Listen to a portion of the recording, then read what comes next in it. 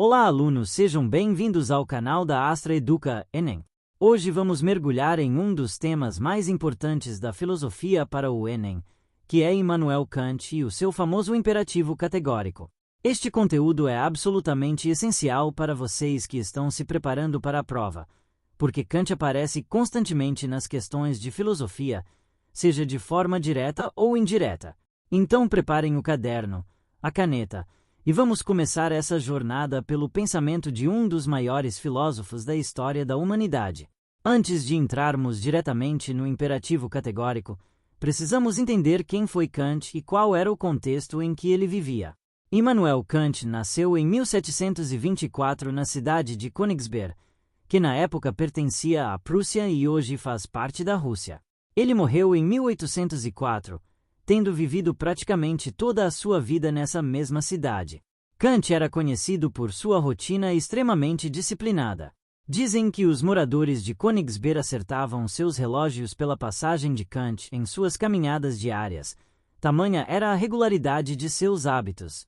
Essa disciplina pessoal refletia muito do seu pensamento filosófico, que valorizava a razão, a ordem e a universalidade. Kant viveu durante o período do Iluminismo, também conhecido como Século das Luzes, um momento em que os pensadores europeus estavam questionando tradições, autoridades religiosas e políticas, buscando colocar a razão humana como guia principal para o conhecimento e para a ação. Kant é considerado um dos maiores representantes desse movimento, e sua filosofia representa uma espécie de síntese e também de superação das correntes de pensamento que o precederam. Para entendermos o imperativo categórico, precisamos primeiro compreender o que Kant pensava sobre a ética e a moral. Kant se propôs a responder uma pergunta fundamental que atravessa toda a história da filosofia, que é a seguinte: o que devo fazer? Ou seja, como devo agir para que minha ação seja considerada moralmente correta? Essa é uma pergunta que todos nós nos fazemos em algum momento da vida, e Kant quis encontrar uma resposta que fosse válida para todos os seres racionais, em todos os tempos e lugares. Antes de Kant, existiam basicamente duas grandes tradições éticas que dominavam o pensamento ocidental. A primeira era a ética das virtudes, que vinha de Aristóteles e que dizia que a ação moral correta era aquela que expressava virtudes como coragem, justiça, temperança e sabedoria. Para Aristóteles, ser moral significava desenvolver um caráter virtuoso e agir de acordo com esse caráter. A segunda tradição era o que podemos chamar de éticas consequencialistas, que julgavam a moralidade de uma ação pelos seus resultados. Se uma ação produz boas consequências, ela é boa. Se produz más consequências, ela é má. O utilitarismo, que viria depois de Kant com pensadores como Jeremy Bentham e John Stuart Mill, é um exemplo clássico dessa linha de pensamento. Kant rejeitou ambas as abordagens como fundamentos últimos da moralidade. Ele via problemas sérios tanto na ética das virtudes quanto nas éticas consequencialistas. No caso da ética das virtudes, o problema era que as virtudes podem variar de cultura para cultura, de época para época. O que era considerado virtuoso na Grécia Antiga pode não ser considerado virtuoso hoje. Isso tornaria a moral algo relativo, dependente de circunstâncias históricas e culturais, e Kant buscava algo universal e necessário. No caso das éticas consequencialistas, o problema era ainda mais grave para Kant. Primeiro, nunca podemos prever com certeza absoluta as consequências de nossas ações. O futuro é incerto, e uma ação que parece produzir boas consequências pode, a longo prazo, gerar consequências terríveis. Segundo, e mais importante, julgar a moralidade de uma ação pelas suas consequências significa transformar a moral em algo calculista, em algo que depende de resultados externos e não da intenção do agente. Para Kant, isso era inaceitável. Aqui entramos em um ponto absolutamente central do pensamento ético kantiano, que é a noção de boa vontade. Para Kant, a única coisa que pode ser considerada boa sem nenhuma restrição é a boa vontade. Ele começa sua obra Fundamentação da Metafísica dos Costumes, que é o texto fundamental para entender o imperativo categórico, exatamente com essa afirmação.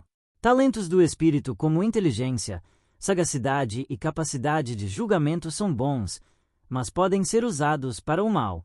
Qualidades do temperamento como coragem, decisão e perseverança também são boas, mas igualmente podem servir a propósitos maus. Até mesmo a felicidade, que todos buscamos, pode corromper o caráter se não for acompanhada de uma boa vontade.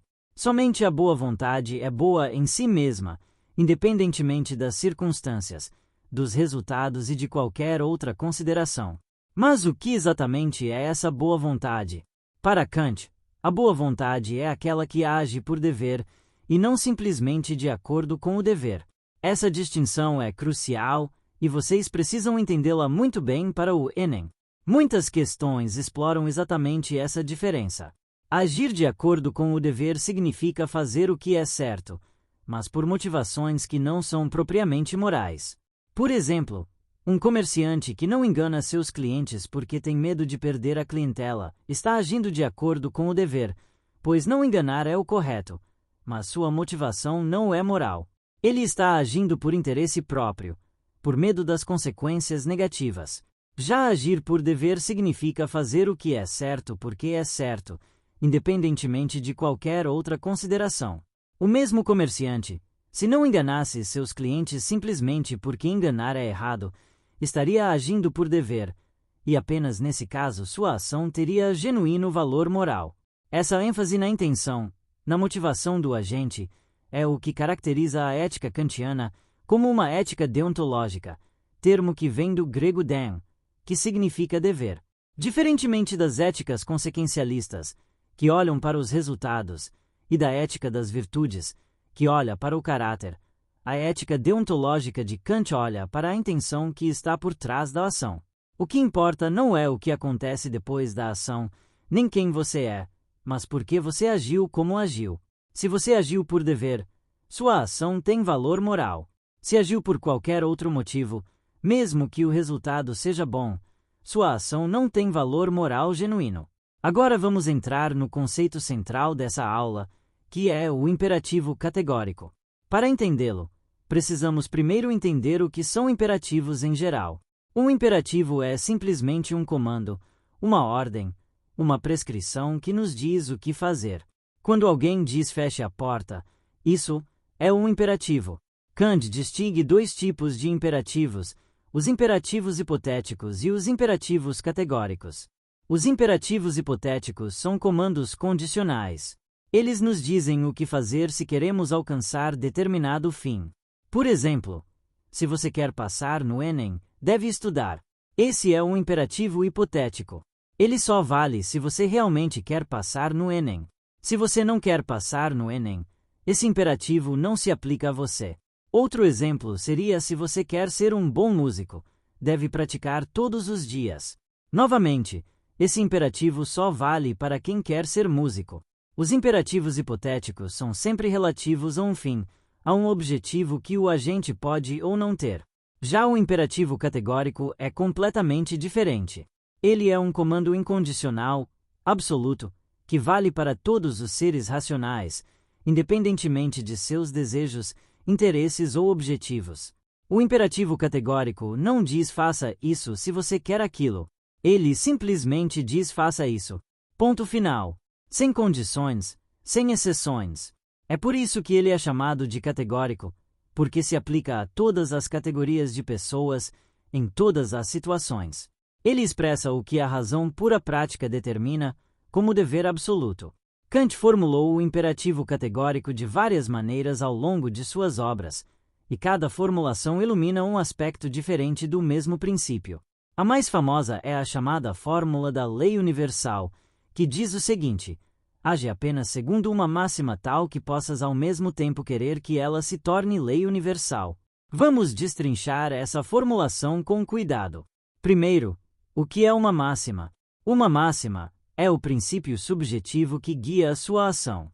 É a regra que você está seguindo quando age de determinada maneira.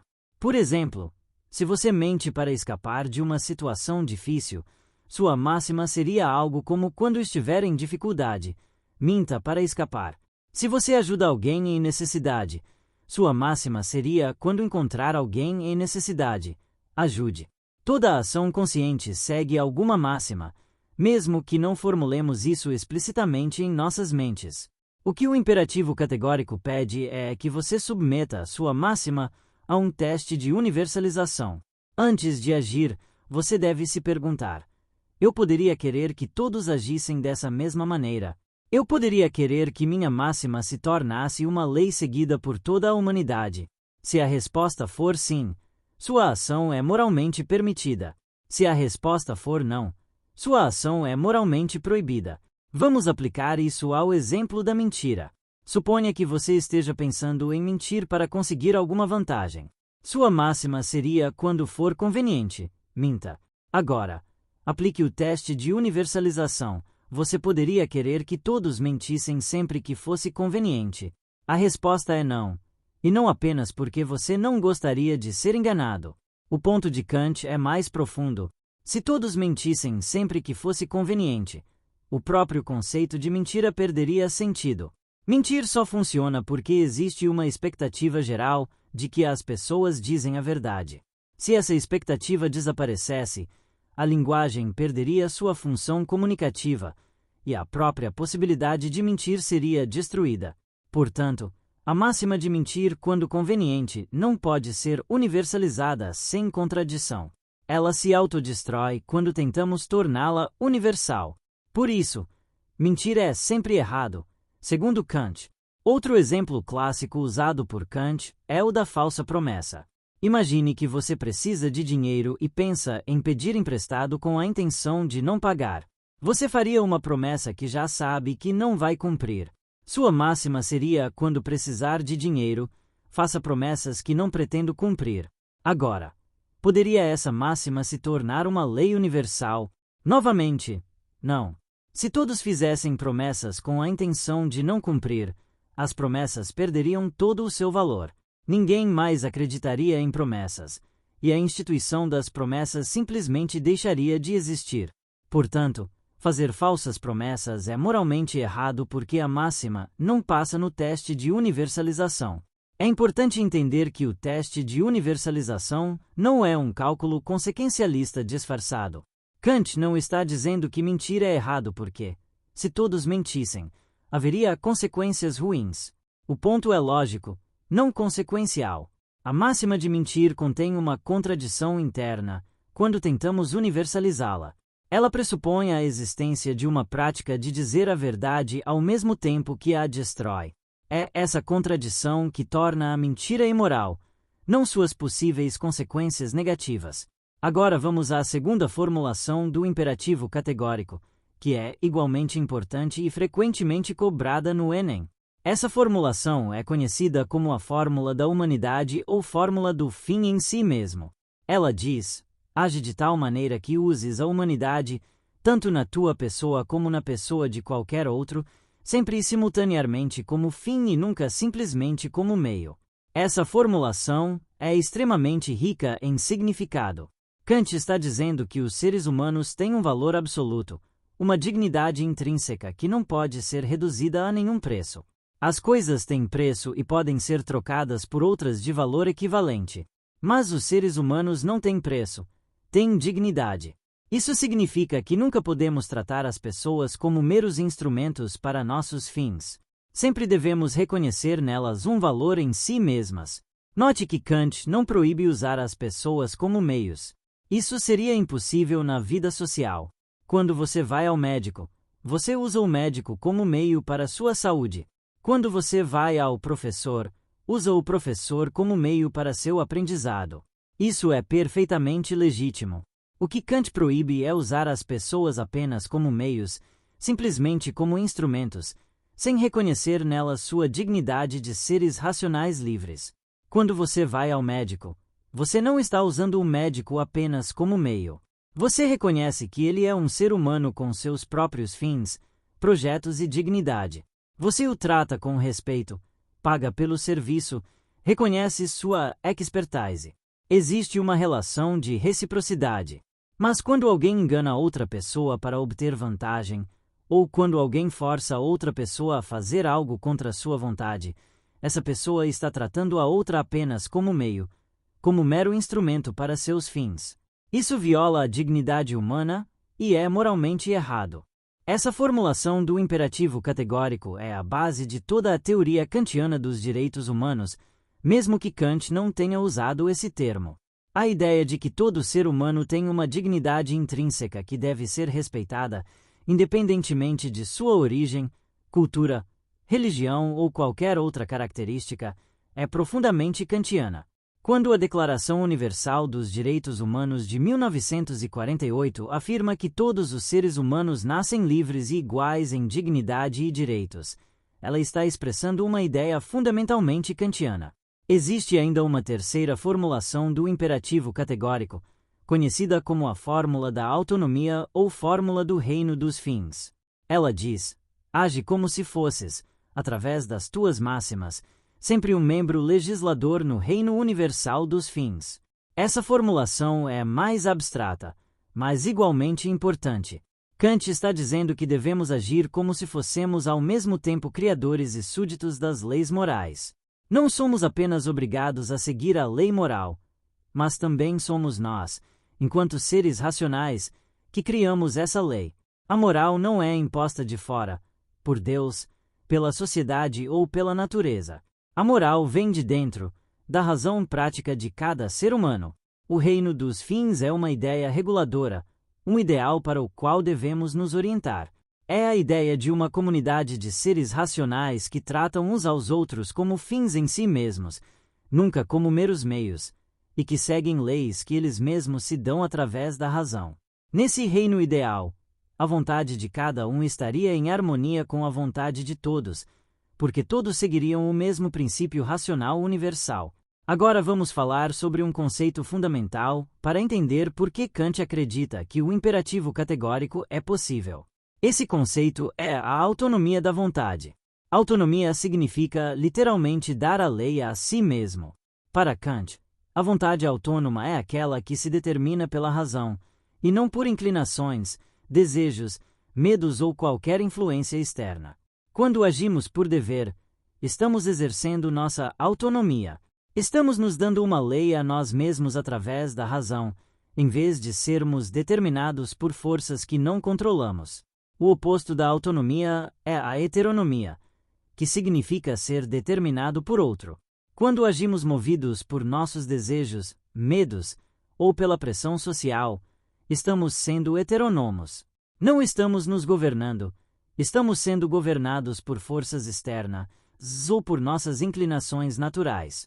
Para Kant, apenas a ação autônoma tem genuíno valor moral. Apenas quando nos elevamos acima de nossas inclinações e agimos pela pura razão é que somos verdadeiramente livres e verdadeiramente morais.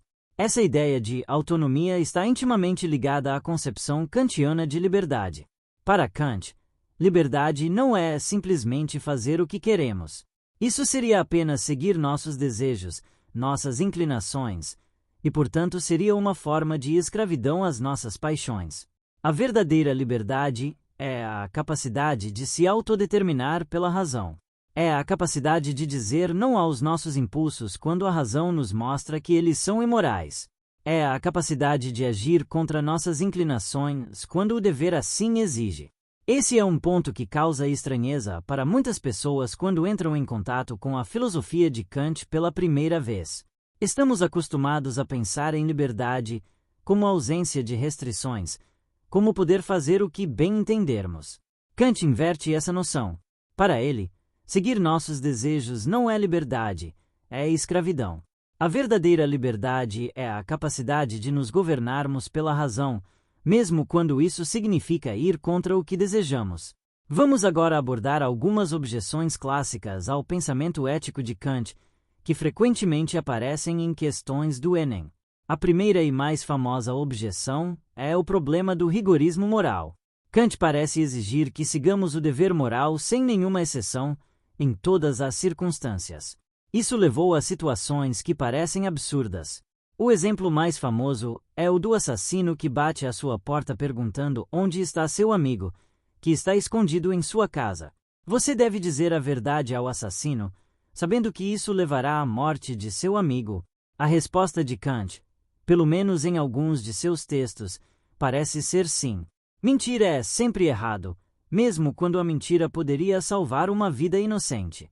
Isso porque a máxima de mentir não pode ser universalizada, independentemente das circunstâncias. Muitos críticos consideram essa posição absurda e apontam como uma falha grave na ética kantiana. Eles argumentam que qualquer teoria ética que nos obriga a entregar um inocente à morte por um princípio abstrato não pode estar correta. Os defensores de Kant têm várias respostas a essa objeção. Alguns argumentam que Kant estava falando especificamente sobre mentir, não sobre outras formas de não revelar a verdade. Você poderia simplesmente se recusar a responder ou dizer algo evasivo, sem propriamente mentir. Outros argumentam que Kant não previu todas as implicações de sua teoria e que podemos ser kantianos sem aceitar esse exemplo específico. Há ainda aqueles que defendem que Kant está certo e que, por mais difícil que seja, devemos manter nossa integridade moral mesmo em situações extremas. Outra objeção importante é a de que a ética de Kant é puramente formal e vazia. Ela nos diz para universalizar nossas máximas, mas não nos dá nenhum conteúdo específico para a moral.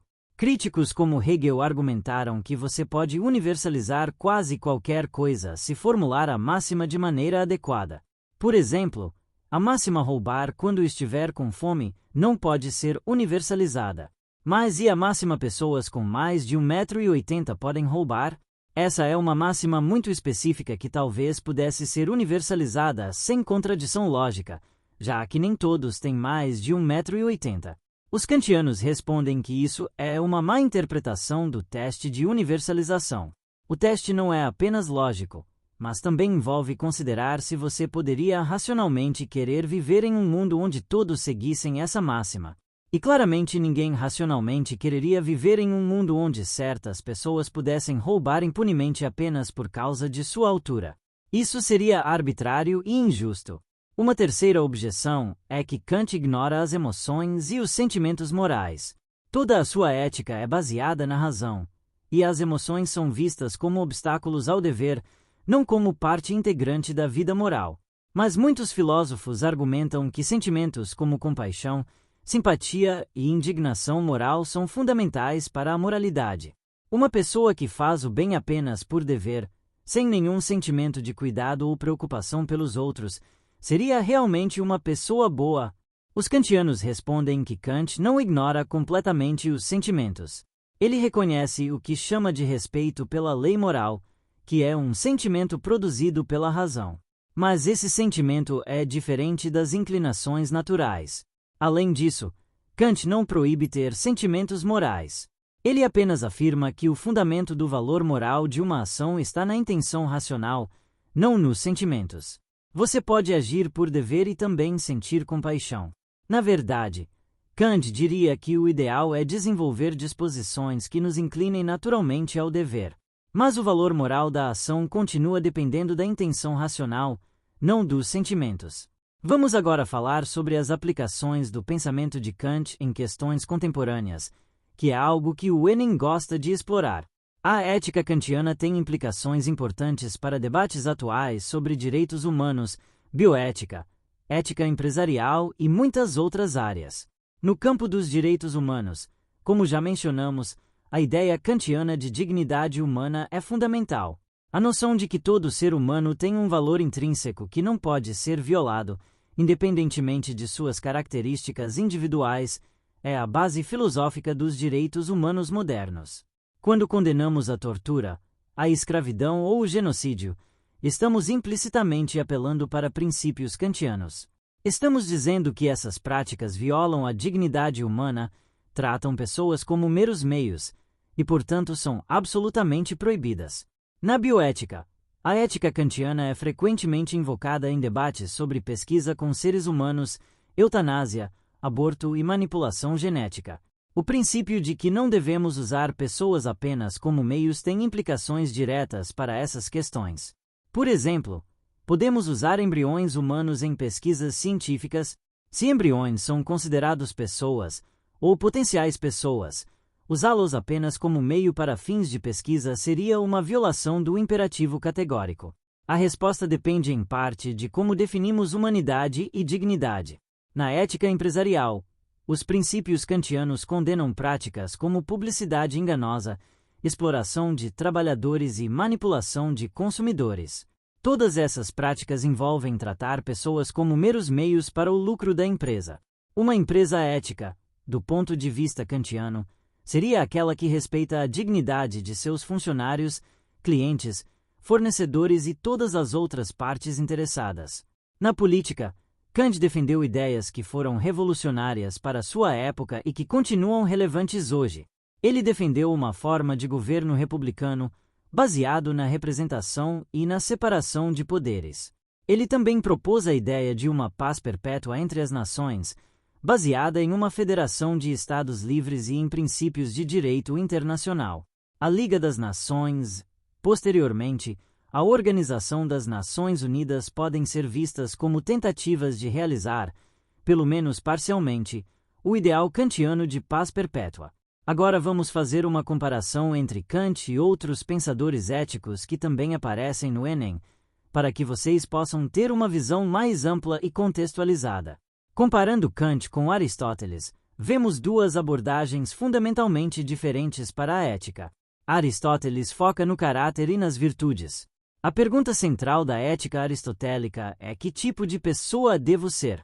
A resposta é que devemos desenvolver virtudes como coragem, justiça, temperança e sabedoria prática.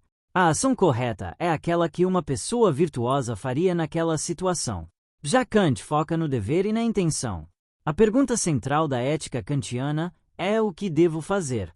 A resposta é que devemos agir por dever, seguindo máximas que podem ser universalizadas. A ação correta é aquela que segue o imperativo categórico. Comparando Kant com os utilitaristas, como Bentham e Mill, vemos outra diferença fundamental.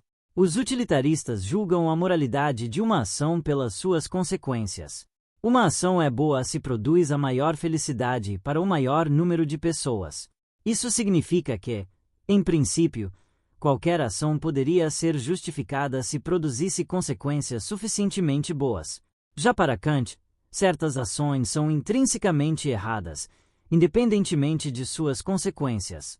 Mentir, por exemplo, é sempre errado, mesmo que a mentira possa salvar vidas.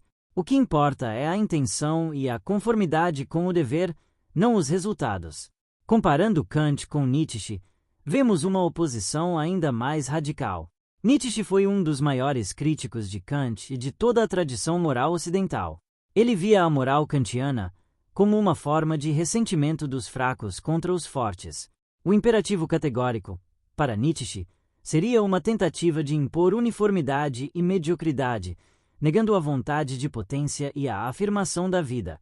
Enquanto Kant busca leis morais universais válidas para todos, Nietzsche defende que cada indivíduo deve criar seus próprios valores, tornando-se senhor de si mesmo. Comparando Kant com os contratualistas, como Hobbes, Locke e Rousseau, vemos semelhanças e diferenças interessantes. Os contratualistas fundamentam a moral e a política em um contrato social, um acordo real ou hipotético entre os indivíduos. Kant também usa a ideia de um acordo hipotético, mas de forma diferente. Para Kant, o teste de universalização pode ser visto como uma forma de perguntar se todos os seres racionais poderiam concordar com determinada máxima. No entanto, Kant vai além do contratualismo ao fundamentar a moral na razão pura prática, não em interesses ou acordos. Vamos agora fazer um resumo dos pontos principais que vocês precisam saber para o Enem sobre Kant e o imperativo categórico. Primeiro, Kant desenvolveu uma ética deontológica, ou seja, uma ética baseada no dever. O que importa não são as consequências da ação, mas a intenção do agente. Uma ação tem valor moral apenas quando é feita por dever, não simplesmente de acordo com o dever. Segundo, a única coisa boa sem restrição é a boa vontade. Talentos, qualidades e até a felicidade podem ser usados para o mal. Apenas a boa vontade, que age por dever, é boa em si mesma. Terceiro, o imperativo categórico é o princípio supremo da moralidade. Diferentemente dos imperativos hipotéticos, que são condicionais, o imperativo categórico é incondicional e absoluto. Ele vale para todos os seres racionais, em todas as circunstâncias. Quarto, a formulação principal do imperativo categórico é a fórmula da lei universal. Age apenas segundo uma máxima tal que possas ao mesmo tempo querer que ela se torne lei universal. Antes de agir, devemos universalizar nossa máxima e verificar se ela pode ser seguida por todos sem contradição.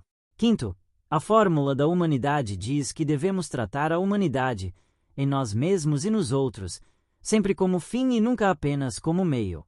Isso fundamenta a dignidade humana e proíbe usar pessoas como meros instrumentos. Segundo, a única coisa boa sem restrição é a boa vontade. Talentos, qualidades e até a felicidade podem ser usados para o mal. Apenas a boa vontade, que age por dever, é boa em si mesma. Terceiro, o imperativo categórico é o princípio supremo da moralidade. Diferentemente dos imperativos hipotéticos, que são condicionais, o imperativo categórico é incondicional e absoluto. Ele vale para todos os seres racionais, em todas as circunstâncias. Quarto, a formulação principal do imperativo categórico é a fórmula da lei universal. Age apenas segundo uma máxima tal que possas ao mesmo tempo querer que ela se torne lei universal. Antes de agir, devemos universalizar nossa máxima e verificar se ela pode ser seguida por todos sem contradição. Quinto, a fórmula da humanidade diz que devemos tratar a humanidade, em nós mesmos e nos outros, sempre como fim e nunca apenas como meio. Isso fundamenta a dignidade humana e proíbe usar pessoas como meros instrumentos. Um quarto tipo de questão relaciona Kant com temas contemporâneos. Por exemplo, pode perguntar como a ética kantiana se aplicaria a um debate sobre direitos humanos, bioética ou ética empresarial. A resposta envolveria mostrar como os princípios de universalidade e dignidade humana se aplicam a essas questões.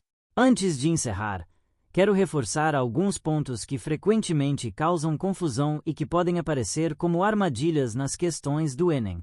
Primeiro, Kant não é utilitarista. Embora ambos busquem princípios éticos racionais, suas abordagens são completamente diferentes. O utilitarismo julga ações pelas consequências, Kant julga pela intenção. Não confunda os dois. Segundo, Kant não é relativista. Muito pelo contrário, ele é um universalista radical. Os princípios morais são os mesmos para todos, em todos os lugares e tempos. Se uma questão apresenta uma posição relativista, que defende que a moral depende de culturas ou contextos, essa posição não é kantiana. Terceiro, Kant não defende uma moral baseada em sentimentos. Embora ele reconheça o sentimento de respeito pela lei moral, esse sentimento é produzido pela razão, não é uma inclinação natural. A moral kantiana é fundamentalmente racional, não emocional. Quarto, a boa vontade não é sinônimo de boas intenções no sentido comum.